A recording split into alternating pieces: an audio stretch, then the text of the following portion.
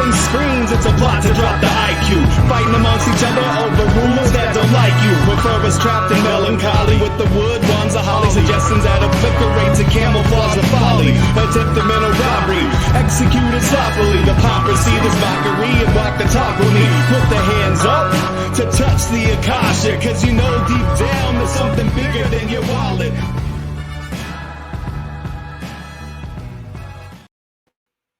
Sweet eternal balance of all that is good, true, and beautiful. New friends and old, welcome back to Rogue Ways. I am Lindsay Sharman of rogueways.org, of Rogue Soul Services. I am a shamanic healer and teacher, as well as the owner and CEO of Rogue Soul Co. And I'm here to, however I can, help everyone ascend to their higher selves and live in a beautiful peace on earth. And part of that, unfortunately or not, however you view it, is coming to terms with just how dark and how evil is. And that it does exist, in fact. And so today we're going to be talking again about another demonic attack that I personally experienced. Again, at this point, I did know that demons existed. I had been under demonic attack once before, but it had been many, many years since a direct attack had happened. And if you want to hear about that and you haven't yet, you can check out my previous episode on demonic attack. This comes many years later, many spiritual steps later, a lot wider sort of sieve of all of the cultural and ethnic traditions of various religions and mystical traditions that I had then become much more aware of. I had opened up a bit spiritually, as far as coming a long way since going into deep fundamental Christianity after being saved by Jesus Christ from my previous demonic attack. So things were very different in my life. And I had also at this point long since had out-of-body and astral experiences with the spiritual ancestors who I now channel, and whose words you can read in my books and also on my Substack at rogueways.substack.com. I'd been taken to the center of the universe by the spiritual ancestors, so I'd had profound spiritual and mystical experiences, and I had deep understanding of myself as a spiritual being when this occurred. And yet I had not had such a direct confrontation with the demonic as coming through a human being via demonic possession, as I will in this story that I will share with you. So today we'll talk about that, and we'll talk about some of what that means for us here in the world. And also, you know, you may see various aspects of your own life that have been affected by the negative, the demonic, the dark.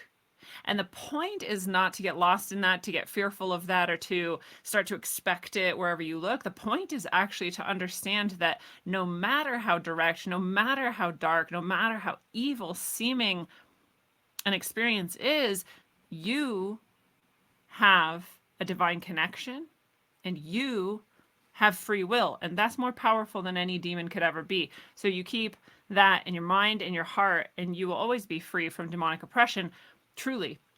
So let's dig into this today. And I do just want to share with you that you can find me and all of my services at rogueways.org. Rogue Ways is the place where you can also get my books. Like I said, those channeled messages from the spiritual ancestors who I've been in connection with since I was very young and now channel through. The Key of Transformational Healing is probably the best book if you're looking for just one that is channeled, beautiful, inspirational, source-derived messaging.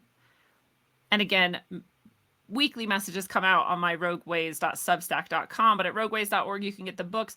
You can book with me one-on-one sessions if you feel like you have any sort of demonic interference or otherwise, or if you're just on your spiritual journey and you're ready for the next step up, or if you're not really sure but you just want to talk, look into some healing, look into some deeper connection, get a tarot reading, get a past life tarot reading. It's all there at rogueways.org. I also do one-on-one ceremony if you want to go way deeper. I have a retreat that I do in the summer solstice in Crestone, Colorado, one of the most powerful places on earth.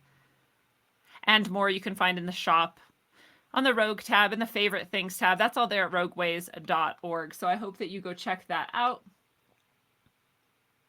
And hopefully we can connect. You can sign up for the newsletter there at the bottom of every single page. All of that is there at rogueways.org. So again, I just want to remind you, demons do exist, and I want to remind you too that for me personally, part of these experiences where I confront demons very directly on the astral plane and on the physical plane are to do with my calling to a higher level of service, which is part of why I am a shamanic healer and teacher now. It's not something I sought to become. It's something that life initiated me into, and also taught me every single thing I could possibly know through direct experience and knowing, sometimes through really powerful teachers as well, shamanic teachers and teachers of various traditions, Buddhist and otherwise. Very, very cool to learn from those people. Also for me and actually genuinely for everyone, you do have to know a thing. This is what true gnosis actually is the direct experience and knowing, not having read it, not having received it from a teacher, but having experienced it within yourself. And really, really good teachers like myself can help you experience that within yourself. And that's the goal, right? That's the goal of all of this teaching and healing. For me, life just put me into this path and brought me along this way. And this is one of the moments that it did so. So it starts at a powwow. I was at a powwow, and as I've mentioned, I have Native American heritage. Although we are of the Lost tribe, we weren't allowed to know who our true heritage and family were because my father was adopted by a white family, and it was a closed adoption. And actually on his birth certificate, it says Caucasian. Although if you look, you can clearly see that's not true at all. And we never could figure out what tribe we are. Someone in my family did 23andMe, and it turns out we actually also have Native Japanese heritage and Native North European heritage. So we have some Ainu, some Sami, and some North American Indian. So it's really interesting. And that's a story for another time. But, in order to try to connect more with my heritage that was missing from my upbringing and from our background, I would go to things like sweat lodges sometimes and powwows sometimes, and at least get to see something of my traditions that were stolen from me. And so one day we were at a powwow, just a normal event, right? Just a normal, if you've ever been to one, they're fun. There's lots of, it's almost like a fair. There's lots of booths and trinkets and things you can buy. And then there's really beautiful dancing and ceremony and different experiences you can have around it. Very fun. So we were at a powwow, and, there's usually a sort of an MC, somebody who's announcing who's coming out, what type of dance, what type of tribe, what type of thing is going on, just kind of narrating the event. I was there with some family and some friends, and the announcer started talking, and he had been talking, there had been dancing. Something in me though just started paying a little bit deeper attention, and he started saying, "I know that this may seem strange, but allow me this moment to talk a little bit more about something that might seem unrelated, but it's something that needs to be heard." And I was kind of like, I wonder what he's about to do, right? This is a little different. It's not about the dancers. It's not about the activity that's going on. He said, and I really want you to hear me. Which, when someone's speaking to a whole crowd, they say you, they're talking about everyone, right? And he said, and you have to believe that I am talking to you. And I thought, that's a weird thing to say. Like, of course we know he's talking to us. And then something in me said, no, he's talking to one person. And I was like, well, that's weird. Who is he talking to? And then he said, I'm talking to you. So I was thinking in my mind, who is he talking to? And he said, I'm talking to you. And I said, well, that was a coincidence. That was just a coincidence. He's not actually talking to me. And he says, I'm actually talking to you. And I was like, well, that's even weirder coincidence. Now it's happened twice. And I was like, I'm not even going to think it. I'm not even going to ask. I'm just going to wait. And he waited. And there was a long silence. Way too long for someone who's announcing. And then I thought, maybe I will ask again, mentally. Are you talking to me? And he said, yes, I'm talking to you. I was like, right? This is happening right as I'm thinking it, right? Every time. This level of synchronicity, by the way, is in itself a sign of, or a symptom of, what some people might call ascension or spiritual awakening or kundalini rising. Million names for it and a million different traditions. And all of it has to do with coming sort of back into yourself and into your deeper spiritual alignment. And so when the world starts to match, your inner world starts to match the outer world, high level synchronicities like this. And this is maybe a little bit beyond that as well, right? There's different levels where you're thinking of a bluebird and a bluebird flies by, or, you're asking, hey, God, what should I do next? And a pamphlet falls into your lap that says, move to Costa Rica and become a yoga instructor or whatever. So there's high level synchronicities like this. This is a very direct. And if I had to explain further, I'd say he did not specifically know that I, Lindsay Sharman, was the one he was talking to. He just was being guided very deeply on what to say and when to say it. And it was coming through to me specifically.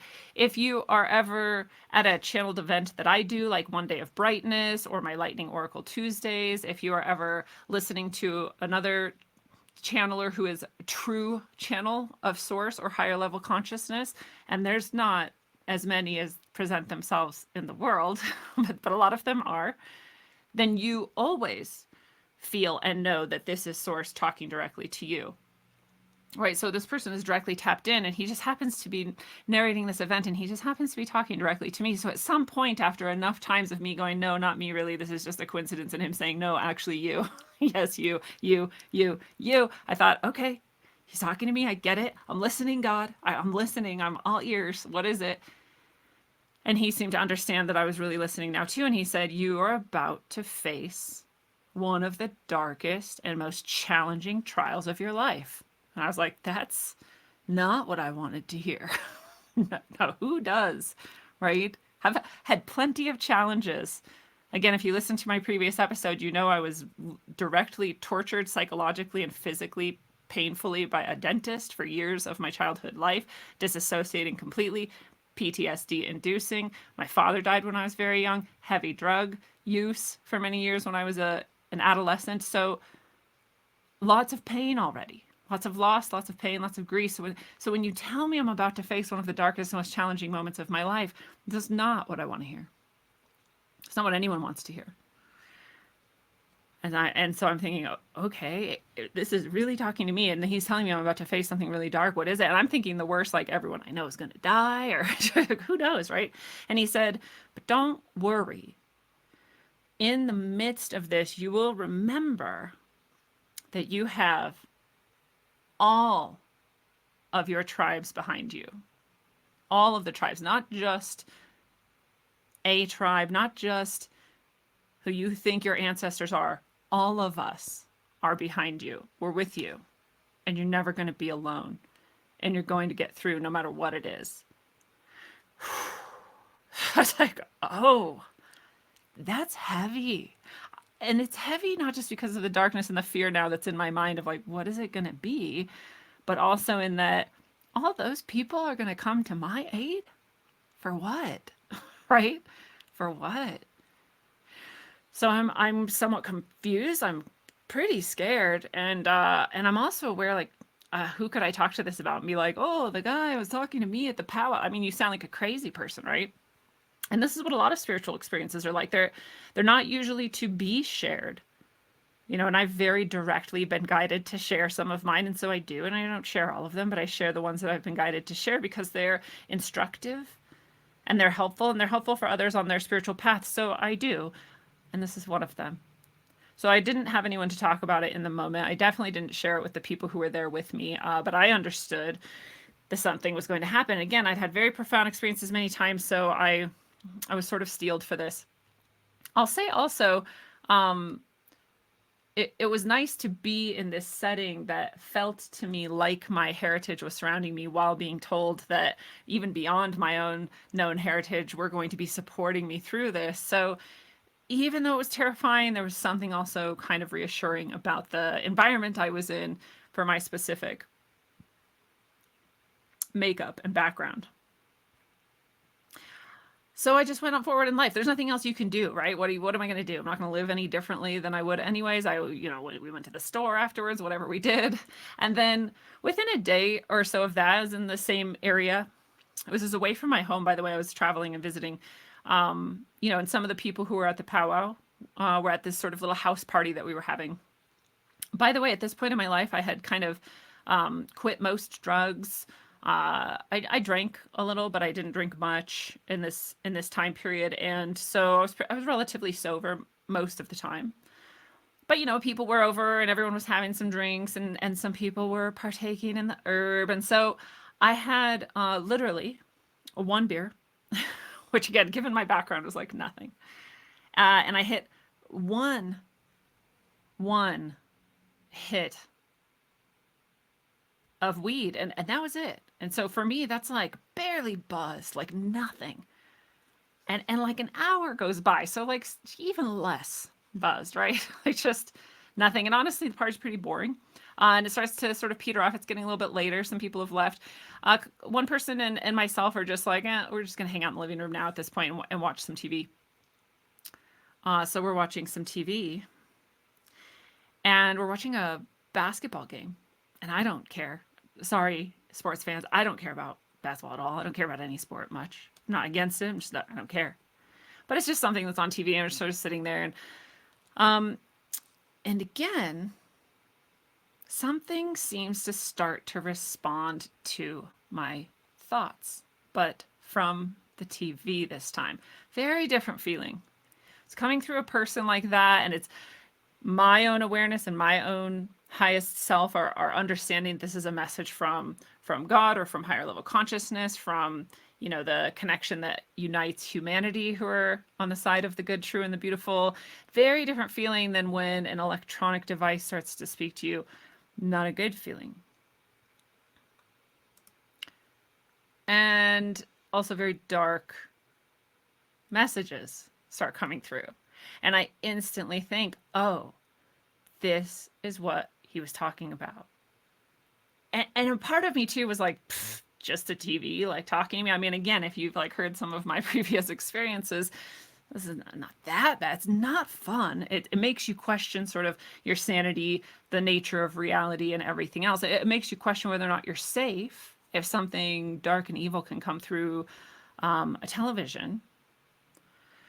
But it's kind of also like, I mean, what are you going to do to me? You're a TV, nothing. So and the types of things that are coming out are literally responding to my thoughts. And if you heard my previous story, you understand these demonic entities and intelligences, they are beyond what we would call psychic. I mean, they know everything. It's not just that they're reading your thoughts. Like they know you. They know your whole life story. They know everything you've done. They know your motivations. They know your fears.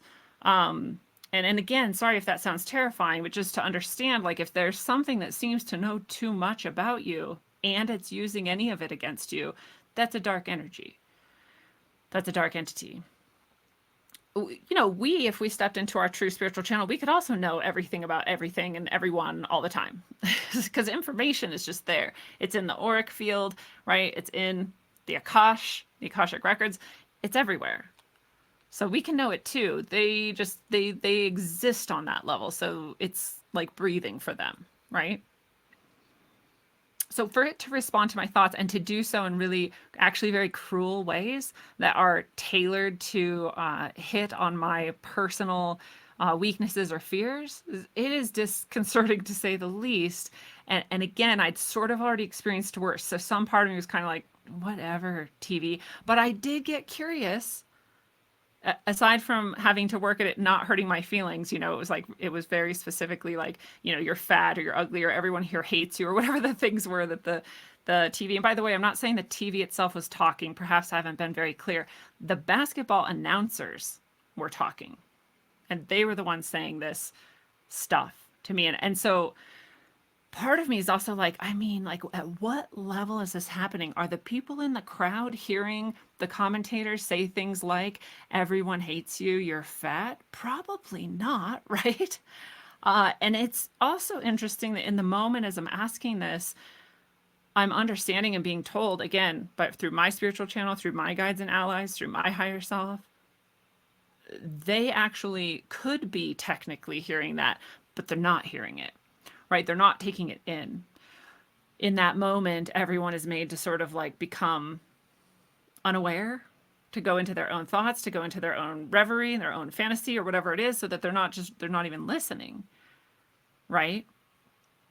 And it's interesting if you're ever in a situation like this, and you're very unlikely to be, by the way, but if you are, and you do try to call anyone's attention to it, very interesting things happen. Most people do not want to perceive it. So, for example, the person who was in the room also watching basketball with me, I said, are these announcers saying anything weird? Like, do they sound weird to you? Is it weird? Right? Because I didn't want to lead too much and be like, are they saying mean things? I just want to say, like, is any of this like feeling weird, or are you hearing anything? And this person just looked at me and said, I'm so bored with this, and got up and walked away. That's the kind of thing that happens when you try to call someone's attention to something that their soul isn't ready to perceive, or they're just not a part of it, or something else is really pushing them to ignore it or be oblivious to it. This happens, by the way, in all sorts of paranormal experiences. People who talk about encountering Bigfoot out in the woods will say that they just felt an immense just impression of like fear, and that they should get away, kind of beyond rational. Or vice versa. Sometimes people will be like, oh, I was just lulled into a peace and I just felt so easy, even though I shouldn't have. And so this type of ability to affect people emotionally and mentally is very common. And again, if you try to wake people up, it's also just not good for them, right? It's not good for people to be suddenly brought into the awareness of something that they're not ready to perceive. So that person left, and now I'm alone in the room with the TV doing these things. And I get up to turn it off, and right then, two other people, someone very close to me, the female, and then her boyfriend came into the room. And the boyfriend was like, oh, don't turn it off, I want to watch. And I was like, ugh. I kind of wanted to turn it off, and I was kind of like, maybe I'll just leave, but there's nowhere really else for me to go and hang out. And, I hadn't really hung out with them much. So I was like, well, I'll just stay, and it'll probably stop anyway, because it's already not affecting me. And again, these things, when they come through, they really want to affect you negatively. And so if they're not getting the response they want, that alone can be enough to make them quit, right? They want your fear. They want to feed off of it. They want your sorrow. They want your grief. They want your, flustered stress. They want all that. They want to eat it. It's their food. So if you're just not giving it to them or not paying attention, like that alone is enough oftentimes to make things stop. So I was like, it'll probably stop. I'm going to ignore. I've been ignoring it anyway. And they come in, they actually changed the channel. So that was kind of a relief. I was like, well, maybe it can't happen anyway if it's on different channels. Nope, it kept happening through different things that just people were saying on different commercials or whatever. Wherever they ended, I was like, I'm not even paying attention anymore.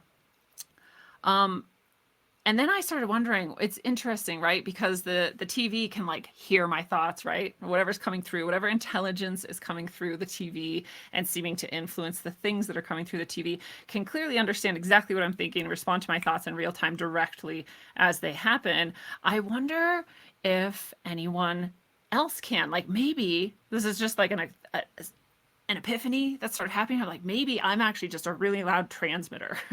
Maybe it's not that these intelligences and these demonic things can just hear, everyone and know everything, which I already knew that, but I was like, well, maybe I'm just a loud transmitter. Maybe people can actually like hear what I'm thinking. And literally right when I had this thought,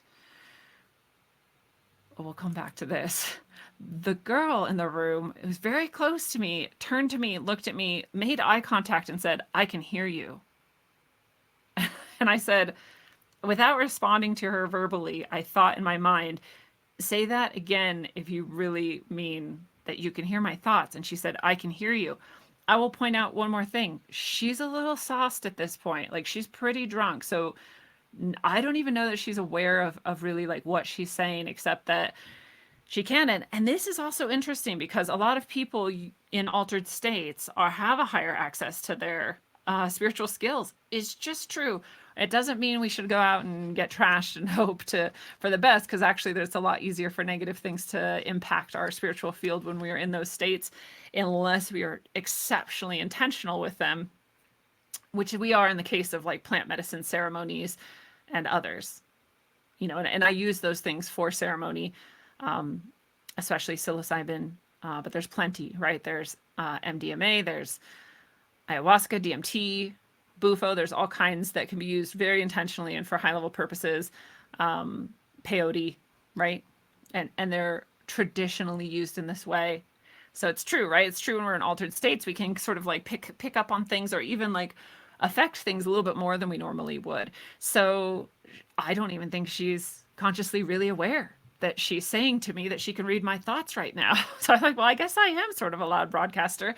And also at this point, I start to realize that the boy, the man, the boyfriend that she's with, who I don't know very well, but I know her very well, he has a pretty dark aura.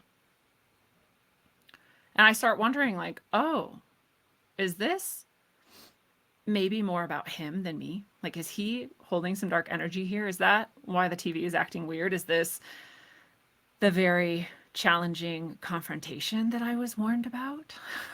I actually don't think I thought about that yet, which sounds weird to you, I'm sure. But, you know, my life is full of weird things. So to me at this moment, it's still not even close to an exceptionally challenging or dark time.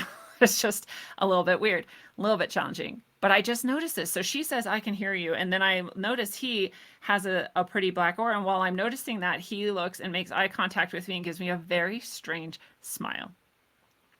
And then he gets up and he picks her up, kind of like pulls her and says, come on. And they leave the room again. And then I'm thinking, oh, something really weird is going on actually with him. And I wonder, but I don't know. And I don't know. I'm just going to sit here on this couch some more. I'm going to turn that TV off because they're gone again. And I'm just going to hang out. And I'm just going to sort of get centered, breathe a little bit, call in some of my protections and whatnot. And so I do, you know, in that way, go a little bit deeper into the field, right? Which is good for protection. And it's also good for picking up on stuff that otherwise might not be that apparent. And this is very interesting because a lot of people ask, you know, I teach people how to get in deeper touch with their spiritual channels. Teach people how to get in deeper touch with their specific spiritual skills. I help people understand how to hear or smell or sense or perceive, you know, messages and information from beyond. This is one of the things I do because everybody has their gifts. All of us are a part of the source field, so none of us are disconnected from it. And so this will tell you a little bit about how that can be. It's different for everyone. Whoever might tell you that it's the same for everyone is just a liar, or they just don't know. They're ignorant, perhaps. It's different for everyone, but the way to do it is the same. So this is why we can teach it. But in this case, when I fell a little bit deeper in, I got a little bit more centered, I started hearing what sounded like clashing and literally like an old school kung fu fight. And I'm very aware when I'm perceiving something like this, that this is on a spiritual level, that I'm not actually hearing this. There's no radio somewhere in the house playing that noise that I'm just sort of picking up on. This is on a spiritual level. You can tell the difference between something you're hearing in reality with your 3D ears and something you're hearing with your, let's just say 5D ears, right? With your higher level, your spiritual sense. So I'm very aware I'm hearing this. So then I have to ask, as I have been trained and practiced at this point, what does this mean? What is it? And my attention was drawn to the next room, which is where they had gone. And I get the feeling in my body that there is something really dark happening in that room. And the sounds of the kung fu fight, which is such a funny way to communicate it, mean that there's a battle going on. So then I realize, oh, there's a battle going on. I mean, there's like a spiritual level battle going on in the next room. I run into the room. This dark auraed man, who is the boyfriend, is holding the shoulders of this beautiful soul, enwrapped. She's enwrapped in his eyes, as though like, oh, this is like the best. And he's just staring at her. And I just kind of come up to her and sort of like push her shoulder out of his and like hug her. And I'm like, hey, what are you guys doing in here? Because even if I'm wrong, at least I'm just hugging her, right? Like, if I came in and was like, there's a spiritual battle, you got to get away from him, like now you're the crazy person again, right? So like if I just so happen to be wrong, I've misinterpreted the sound, I've misinterpreted the spiritual messages, I've misinterpreted the dark aura, as though that could all happen. Even if that's true, I'm just saying hi. I'm just giving a hug. I'm just saying, hey, what are you guys doing? And And she seriously sort of like shakes herself and is like, what are we doing in the kitchen? I thought we were in the living room. And I was like, wow. I mean, she's not trashed enough to have forgotten going from the living room to the kitchen some minutes ago, right? So I look at him as, I just want to see. Are you intentionally trying to spiritually negatively affect this person? And he's grinning at me in the creepiest way.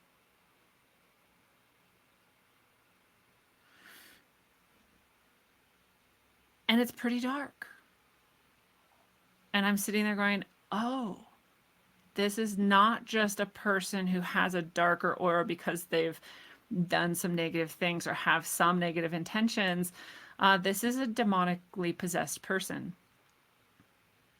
And not only that, he's trying to spiritually ensnare her as though she is his puppet. And now he's aware that I'm aware. And now his whole game becomes to try to pull it off anyway. And he is saying to her, oh, come back to the living room. Let's go snuggle. Let's go sit down. Sounds benign. It sounds great, right? She goes, oh, okay. And she's coming with him. And I say, wait, don't go. Because now I don't even know what to do. I just want her to not be around him. But I'm very aware if I'm just too direct or too, just like I said, when people are too quickly brought into an awareness of something that they're not ready to perceive, then they sort of shut down and tune out. So if I push too hard, she's just going to go deeper into his embrace. It's very difficult actually to figure out what to do for a moment. And she said, or she seemed very hypnotized. She just seemed controlled. He actually, the point where I knew I had to get a little bit more serious about what was going on, because I was like, okay, I'll see how this plays out. I'll follow them in. I want them to stop. She's not going to stop. I don't know what to do. And he looks at me and he says, oh, I can make her do whatever I want. Watch. Literally the words that came out of his mouth while he was looking at me. So he fully knew. And again, I want to be clear. He's demonically possessed. He's not saying this. The energy coming through him is saying this. And to be even more clear, I have no idea how often this happens to him. I have no idea how deep the level of possession is. Even in traditional ideas about how possession happens, there's layers and levels of it, from a very slight, like just affecting your mood sometimes, to full, what they call perfect possession, which is nearly impossible to undo. And also exceptionally rare. He's definitely not perfectly possessed. He's definitely beyond the affecting the mood, right? Something's literally coming through him. It's a channel. It's a spiritual channel. It's being used for a darker purpose, not the light. And he may be completely unaware of it. So I'm also very clear on that. This person, who knows what their ills or failures are, but this person themselves is not the demon. The demon is what's coming through them. So he says this, I can make her do whatever I want. Watch. And then he says, sit down. And she sits down. He said, stand up. She stands up. He says, come here. She comes here. He says, lay on the couch and flail your arms and legs. She lays on the couch and flails her arms and legs. Again, heavy stuff. So I've never been confronted with anything like this before. I've never had a demon coming through a human being, talking to me in full knowledge that it is a demon and that I am very much against it, and also possibly there to stop it, very specifically brought there by the light in service of this person who doesn't deserve to be puppeted and hypnotized by a demon. So I look at it, I'll say at this point, I look at it, and I say, oh, if you think you could stop me from saving her from you, you're hilarious. Like my warrior energy came up and I was like, oh no, you didn't.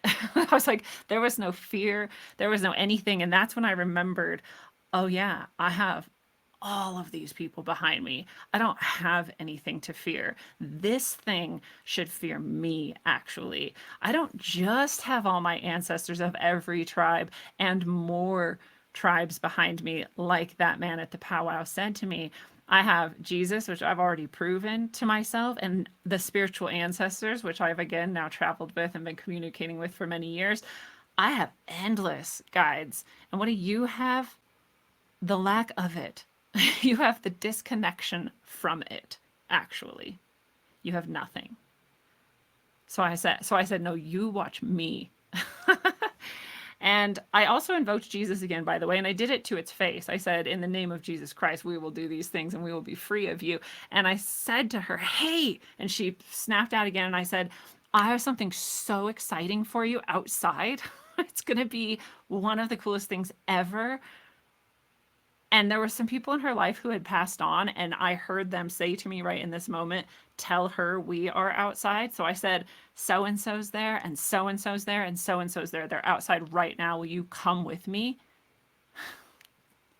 None of that's a lie. It's just also a very strange thing to try to get someone excited about. And in any kind of a normal level of consciousness, someone would have been like, no, they're not. They're dead. But she said, oh my God, is that true? And because I knew it was, and because they were actually there with me at the time too, I said, it is. And she knew that that was true. And that was enough to pull her away. And he was like, no, come back here. And she didn't. And he was like, sit down. And she didn't.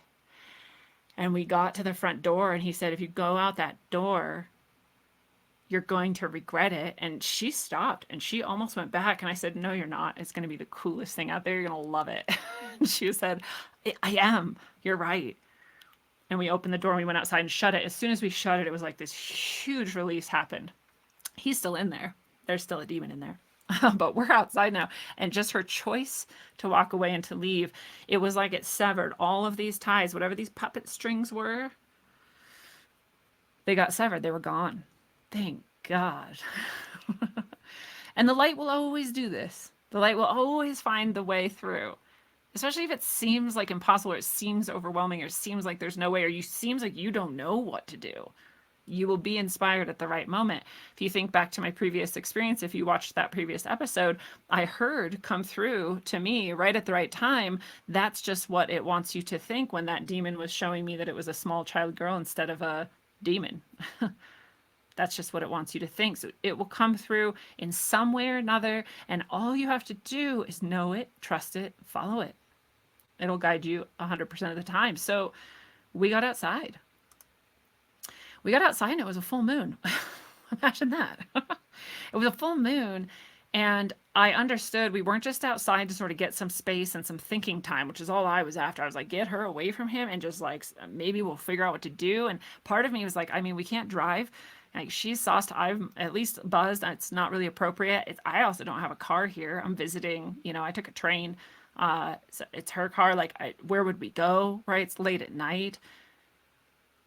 We're not going anywhere. What are we going to do? And then I was like, oh, we're going to do a blessing. She's not even going to care. She was already under the, puppet strings of the dark. Like, the light's going to feel really good for her. And she's out of it enough that she'll flow with it, right? She was like, well, where's so-and-so and so-and-so? You said they were out here. I was like, they are. In fact, we're going to do a blessing right now. We're going to do a really powerful blessing. And we're going to sing. She's a beautiful singer. She started singing of her own accord. This was so cool. She started singing the song she was making up, and it was about oneness. It was about the unity consciousness. I don't even know if she could have done this if someone said, hey, sing a song about the unity consciousness. She has a beautiful voice and she loves to sing, and she started singing, we are all one. It's like, yeah, we are all one. And I'm sitting there and I'm thinking, what am I supposed to do now? What am I supposed to do now? And then it came to me, and this was one of the most beautiful things in my life because it showed me so many things. And I hope that you're able to glean some of these and understand them for yourself as well, and hold on to these truths because they are universal. It's not just me. I'm not just a special person, right? I mean, I've been called to this path and I've had really extreme experiences, yes. But all of us have this connection, like I said, and these things that I'm about to talk about are true for everyone. Not the specifics, right, but the general. So in this moment, I was like, oh, this is exactly what I'm supposed to do. She's singing, we're doing this blessing. And it just came back to me. These 3 different dreams I had had. And I'd had them over the previous, let's just say 3 years. I mean, like it was a long time. And they definitely did not seem connected to me until the third one came through. And then I realized that that's weird. I've had 3 of these now. So the first dream, and by the way, I teach dream walking. I teach dreaming as a spiritual skill, and anyone can learn this.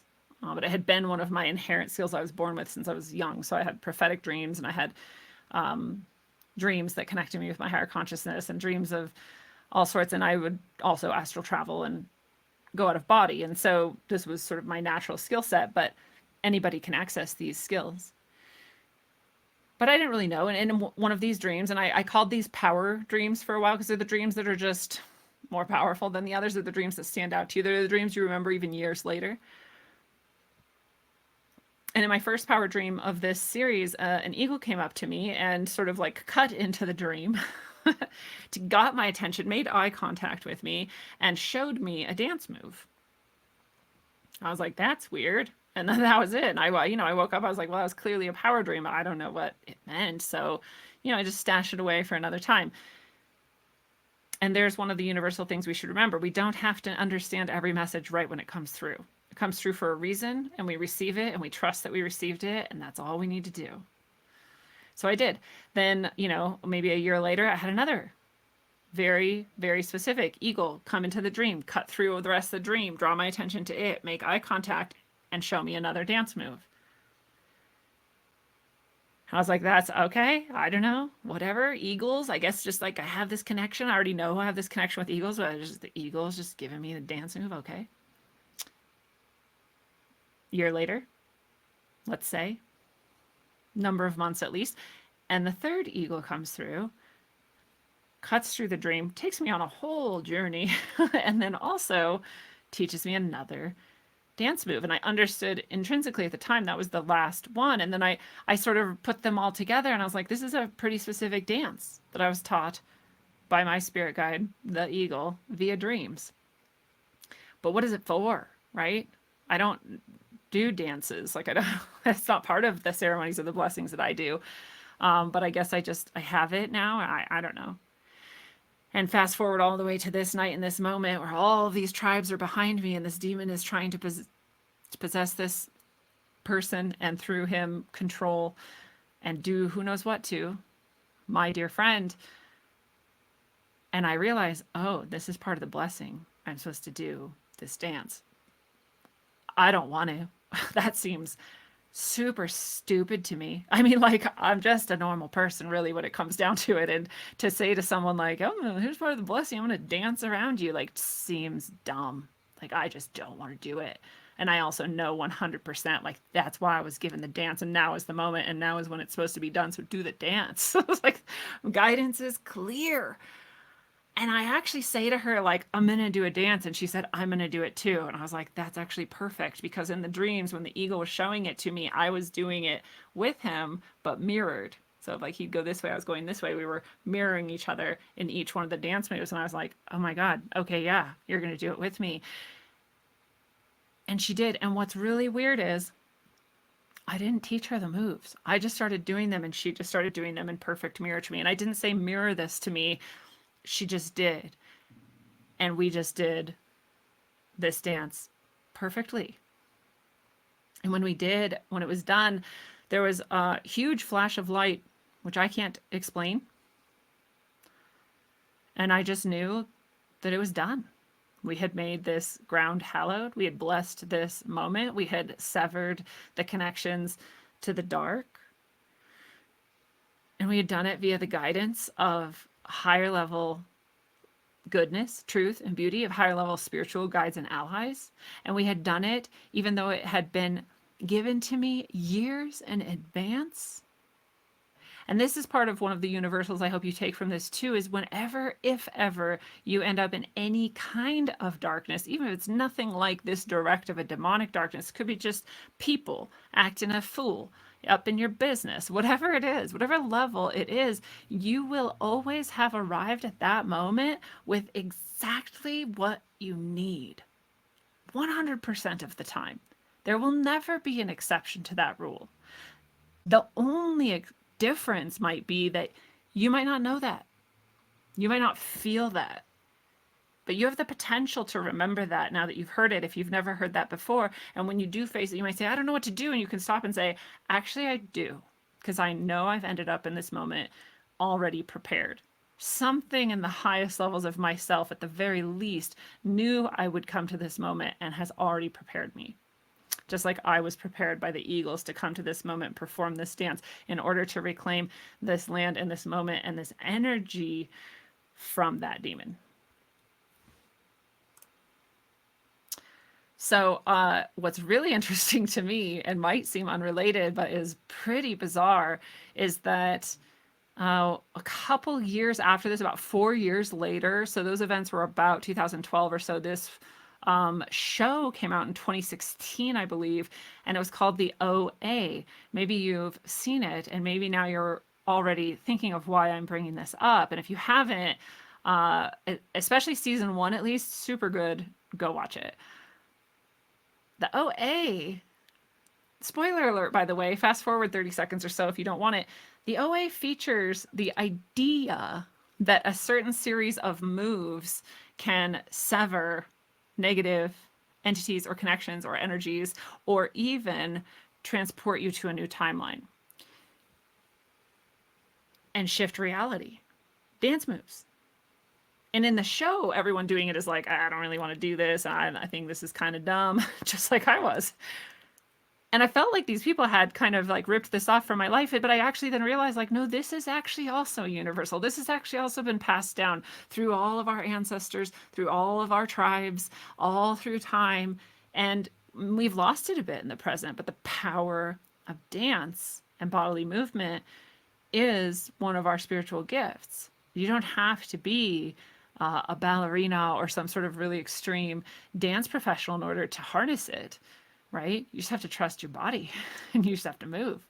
And perhaps sometimes you have to have really, really specific moves, and perhaps sometimes they'll be brought to you by your spiritual guides. So that's pretty interesting connection to me. Again, I mentioned that flash of light, and both of us were like, what was that? And what does it mean? And both of us were kind of like, I don't know. I don't know, but I now realize we had shifted. We'd shifted, you could call it timelines, and you could also understand that the future had been rewritten for this person specifically, for her life. So whether she was consciously aware of it or not, that person who she was dating, in her mind, was a high-level potential life mate, right? Husband material, like they're probably going to get married. And after this event, again, I don't think consciously, but it happened that they just grew apart, and she married someone completely different, had really beautiful, beautiful children, and has a beautiful life with them. And I don't think that would have happened with the other person. So that flash of light very well could be just like in the OA, that we shifted timelines and dimensions. In my experience, that is what happened. And that's how powerful we can be when we sever ourselves from the darkness that might be in our life, right? And so this demon, came through this person very specifically, and you could say that they were after that person, and that's about it. And you could say that that person just so happened to connect with this beautiful soul who I was able to help save herself that night, just kind of because she was there. And you could say that I just so happened to be there because I knew her, and that was it, right? Or you could look back and you could say that actually for years I had been being prepared. And you could say even for days I had been being prepared, as that powwow leader spoke to me and warned me I would face a very intense challenge with a very direct confrontation with the darkness, and that I would have everything I needed right there with me already, all my allies right behind me, all of my tribes right behind me. And then you could have a little compassion for this man who perhaps was targeted because he was a possible portal point for darkness to come and attack me. Because as time has gone on, and especially up to this moment that I'm telling you about right now, I had worked pretty intentionally to try to close as many dark avenues in my life as possible so that these things could not come after me anymore, or at least not this directly. And I think that bothers them. So, I do have some compassion for him. I'll say also, though, it couldn't have happened unless he had, in some way, known or unknown, made the agreement to be a channel for that energy. And that happens to people in all kinds of ways, and not always very directly. Not always them saying, I want right? No, but sometimes sort of indirectly we are inviting things in that are pretty dark and we don't realize it. Again, you can refer back to my previous episode where I talk about inviting in a spirit to guide a tarot reading. There's one of them, right? I didn't ever intend that it be dark. I didn't need to, because I also didn't intend that it be light. So your intentions are very, very important. And, here's another universal: as many negative doorways that you can close in your life, negative energies of any kind, then that will be better for you. You're best served by surrounding yourself with the good, the true, and the beautiful, and having really high standards for it, because you are a sacred temple and you are a spiritual channel too. And you have free will, whether you're channeling the light or the dark. Always. So I want to take a moment to remind you that this is very specifically my life path, that I was called to. These types of experiences were the experiences I was brought in order to teach me very directly and in a way that I know. I don't have to wonder, I don't have to read about it, I don't have to take someone else's word for it. I know what good I can do, and I know what a spiritual channel is, and I know that there is no darkness that could possibly stand against even a tiny grain of the light. And I carry a lot more than a tiny grain of the light, and so do you. I know that. I've been trained by life, by higher level energies in this. So my services that I offer in this shamanic healing and teaching that I do can all be accessed, soul services and all, at rogueways.org. You can go there and you can book one-on-one with me for healing services, for sound healing, for tarot, to just talk and connect, and also to take a longer journey in which we connect many, many times over many months. That's all there at rogueways.org. Channeled messages from the spiritual ancestors who I've long been associated with are good, true, and beautiful high-level consciousnesses. Again, in some of my books, but also at rogueways.substack.com. And I do Lightning Oracle Tuesdays on the 1st and 3rd of every Tuesday, and that can also be booked at through rogueways.org, or you can go directly to calendly.com/rogueways and book those. And those oracle rounds are where you get to receive a message from your spiritual guides and allies through my spiritual channel to you. And we do that live. You're allowed to talk, share, comment, respond, or keep your camera and your mic off and just chat. Whatever you want to do, it's up to you. It's always a beautiful healing field that we get to step into. So I hope you come join me for those oracle events, because they're really, really accessible. It's the most affordable thing I can offer, and that's because we're doing it as a group, and so it's really beautiful. So come do that. And remember, you get to access the light at the highest level too. You don't have to have been brought through terrifying ordeals or that sort of level of training in order to call on the good, true, and beautiful, the light, source, God, whatever you call it, your spiritual guides and allies. You can just do that. It lives in your heart, right? All you have to do is choose it, and there it is for you.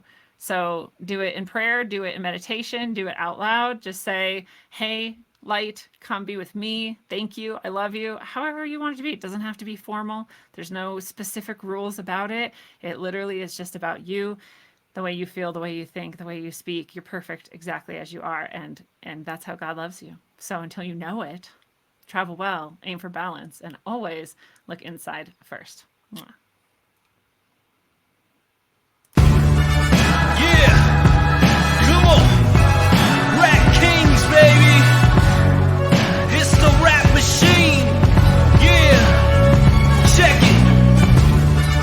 Gray bearded pirate, my motherfucker unknown. Yeah, come on. In the place with my fist up, meaning I resist her. No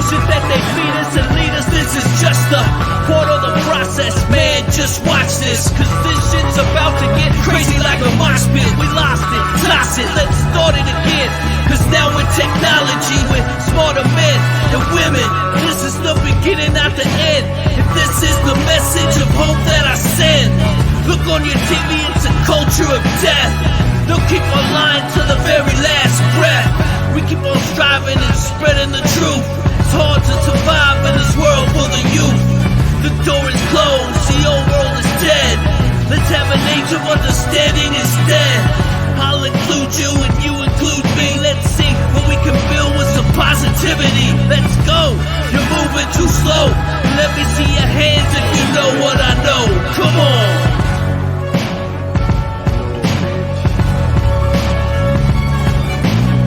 Rap like mummy, ain't no dummy in my rhyming. Started flowing freestyling, now they rhyming loud silence. On with the violence, bodies piling with the gray-bearded pirate. On your TV in 4K 3D virtual reality. Casualty of urban warfare. I know but I'm not scared, just prepared and aware. Shining my light through the tunnel of hope. Into the rope, but I'ma give it one more pull. Till the family is full. Take the bull by the horns and lead it to the slaughter. That would be harder and you would be softer. Sometimes I'm a monster, and you forever imposter, with your champagne and lobster. This royalty, the way it was supposed to be. Hopefully the new door opens and the old one closes, with way more focus and growth to mold us, and the truth that they should have told us.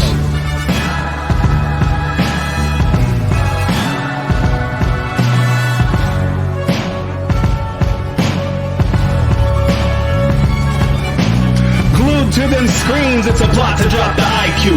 Fighting amongst each other over rulers that don't like you. Prefer us trapped in melancholy with the wood wands of holly. Suggestions that obliterate to camouflage the folly. Attempted mental robbery, executed sloppily. The poppers see this mockery and walk the talk with me. Put the hands up to touch the Akasha, cause you know deep down there's something bigger than your wallet.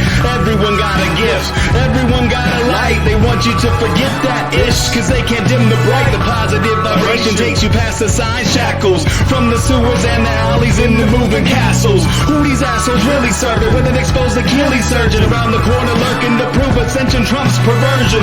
Learn them to catch fish and unplug the signal. Show them the simpletons now build the fucking temples.